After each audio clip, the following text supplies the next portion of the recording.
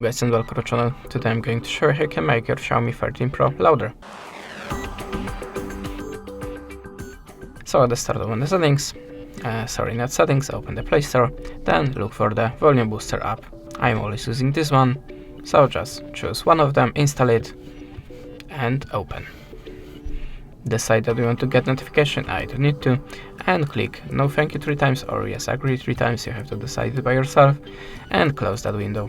Now tap on OK, and the tool is active now. If you want to increase the volume booster, just use that slider for it. You can see the 16 is max, so just adjust it to your needs. If you go back, the tool is still active.